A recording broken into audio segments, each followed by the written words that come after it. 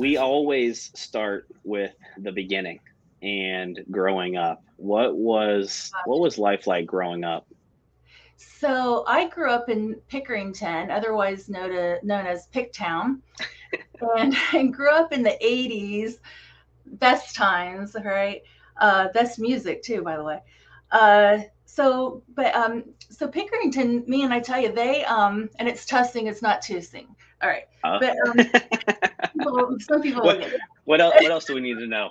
What else? so it was just really cornfield. It was farm town. I grew up in a very small little house in Pickerington, and it was just really different. The high school, for instance, we had a smoke area. Like you were actually allowed to smoke. There was a designated area for smoking. That's how different it was back then. Isn't that crazy? I Oh, forget, speaking of that, which is off subject already, yeah. on subject to this, but also, I always forget that there used to be smoking sections in restaurants. Hmm. Yeah. So wild. I know it's kind of different when you travel and you see places that still have that. Right. Different, but yeah. But when I grew up, yeah, back in the 80s and stuff, I didn't grow up around real estate. Matter of fact, I didn't even. I wasn't into sports. I wasn't an athlete, which is really ironic because I have a daughter who became a very competitive swimmer and only was 3 spots from making the Olympic team in the 100 Wow. breaststroke. So, um, but I can't even dive in the water. I hope I do. But so yeah, no sports.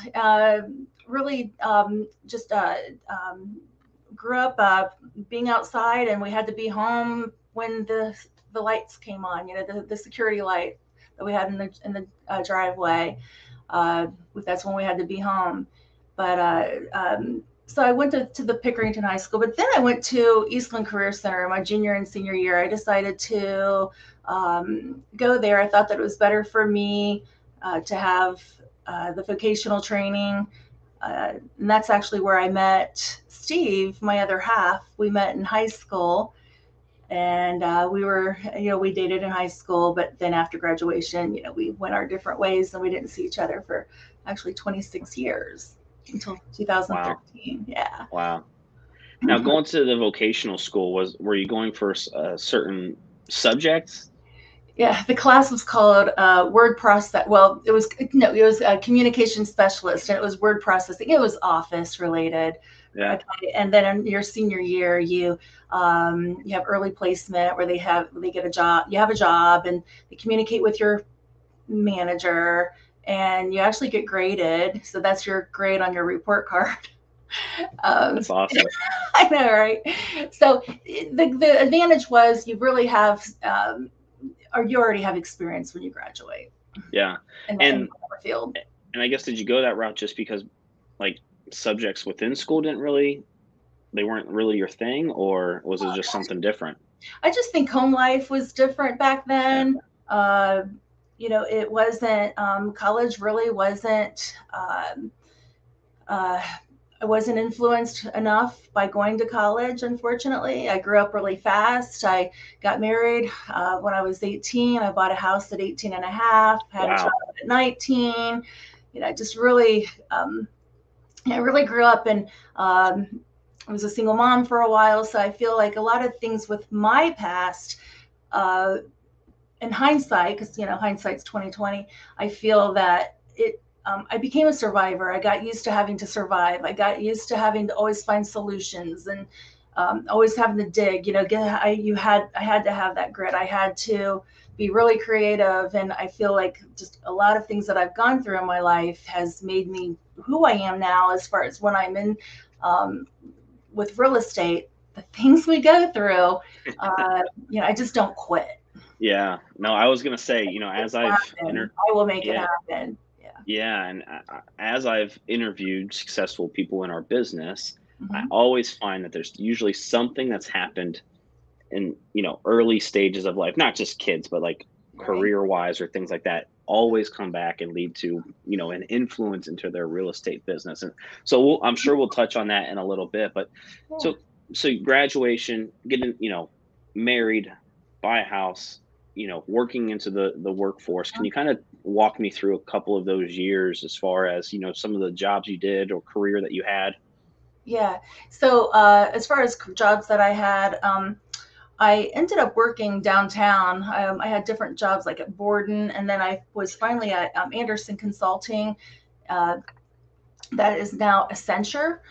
Okay. But I worked there. I had managers that I worked for, a couple partners in the as well. And average age was 33. It was actually a really cool environment, and I really enjoyed working downtown.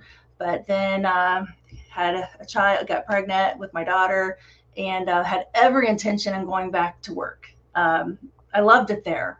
We never discussed me not going back to work. But once I was home with her and I had a new house and stuff, I decided to actually stay home. I was a stay-home mom, and I did it, and I for 10 years, but I did babysitting. So I actually provided childcare for a huge group of kids for 10 years. Wow. So that I could have that extra income, claimed it on taxes, operated it as a business. And the funny thing is I had the same kids from like bottles to latchkey, like after school. Okay. Yeah. And they were family. And some of these children have actually bought, sold, bought. They become their clients too. Yeah. Yeah. Talk to me about the daycare at home was and it probably wasn't by design, but running a business. I mean, were you always kind of like an entrepreneur? Were you always looking for, that side of things, or was it just like, hey, I'm staying at home, how can I make some extra money? Yeah, I wish I could say yes, but the truth of the matter is, I wanted to be home. I wanted to raise her. We needed that income that we were depending on, because we didn't anticipate this to happen. If we want to be home with her, so I had to match my income. It was a brand new neighborhood. Put it in ad in the paper, and it just really exploded. It exploded, and I was able to pick and choose who I wanted. And really, I didn't have a lot of turnover. I had the same kids for for small children. They couldn't even talk, still in diaper, to third, fourth, fifth grade. Yeah. Well, maybe that's awesome. Grade, but after school. Mm-hmm. Yeah. So you did that for, you said 10 years? I did. Mm-hmm. Okay. I did.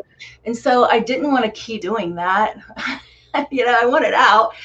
So it came to a where I was, what do I do? Like I was having an identity crisis, and I was soul searching.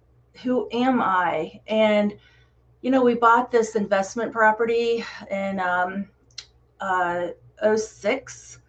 We bought an investment property, and here's what happened. I spent a lot of time at this house fixing it up, and I met somebody when it was time. We were going to do a lease option, and met this person who was interested, lease it for the first couple, 2-3 years, whatever, and then eventually purchase it. And her name was Sonia. Met her there, and I'm showing her all the things, because you're replacing all the things that were replaced. And she thought that I was a realtor. And when I told her that, no, I own the house, I'm not a realtor. Shelley, what do you mean, girl? What do you mean you're not a realtor? Her reaction, she really could not believe that I was not a realtor. And she doesn't know. Well, no, she does know. She didn't know it at the time. But she's who changed my life. Wow. She put this thing in my head, and I started thinking about it, and I kept thinking about it. And one thing led to another, and I ended up going to Hondros. Wow. Yeah. And she was just someone looking to lease it out and potentially buy it. She wasn't an agent herself. She was not an agent. She ended up living there for a year, and then she ended up moving. But we had a great relationship. We still keep in touch. So she knows the story now. And I was on the cover of Real Producers last July, and made sure she had a copy. And I said, "Well, thanks to you." Yeah, you just never know.